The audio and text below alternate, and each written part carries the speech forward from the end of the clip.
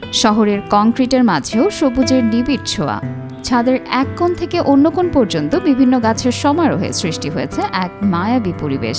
কিশোরগঞ্জ জেলা শহরের নগুয়া এলাকায় নিজের বাড়ির ছাদে এমন মনোমুগ্ধকর ছাদ বাগান গড়ে তুলেছেন পরিসংখ্যান কর্মকর্তা মোহাম্মদ আলী দোলন। এখানে ফল খুব সুস্বাদু, খাইতে খুবই মজা।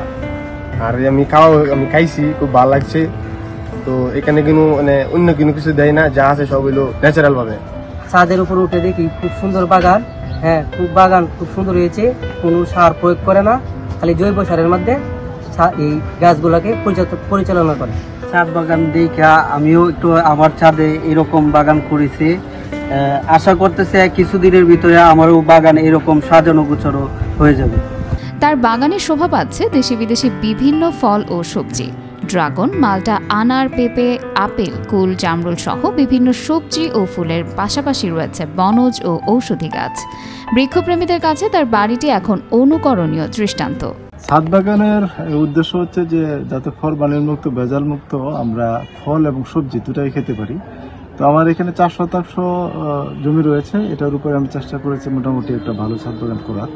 আমি বিভিন্ন জায়গা থেকে চারা সংগ্রহ করেছি এবং এই চারা থেকে এখন ভালো ভালো মোটামুটি ফল পাচ্ছি। একদিকে যখন সবজি হচ্ছে আমার পরিবারের চাহিদা মিটছে, অন্যদিকে হচ্ছে ফল থেকে আমরা ফলমালিন মুক্ত, ভেজাল মুক্ত একদম টাটকা ফল আমরা প্রতিনিয়তই এই বাগান থেকে সংগ্রহ করতে পারছি।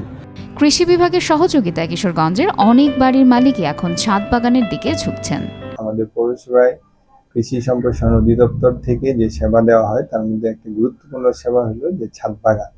ছাদ বাগান যারা যে সমস্ত চাষিরা বা যে সমস্ত বাসার মালিক আছেন তাদেরকে আমরা ছাদ বাগান করার জন্য উৎসাহী করে থাকি। আপনারা জানেন যে আমাদের বাংলাদেশের লক্ষ্যমাত্রা 2030 সালের মধ্যে সকল মানুষের নিরাপদ এবং পুষ্টিকর খাবার নিশ্চিত করা, এই লক্ষ্যে আমরা কাজ করে যাচ্ছি। আমাদের পৌরসভায় আমাদের উপসহকারী কৃষি কর্মকর্তা কাজ করে থাকেন নিয়মিতভাবে। উনি 12টা গ্রুপ নিয়ে কাজ করেন। এইখানে গ্রুপে যে সমস্ত চাষিরা বা যে সমস্ত বাসার মালিকরা ছাদ বাগান করতে চান তাদেরকে নিয়ে উনি এখানে গ্রুপ মিটিং করেন। গ্রুপ মিটিং করে তাদেরকে পরামর্শ দিয়ে থাকেন। নাজনীন নিসা, আনন্দ টিভি।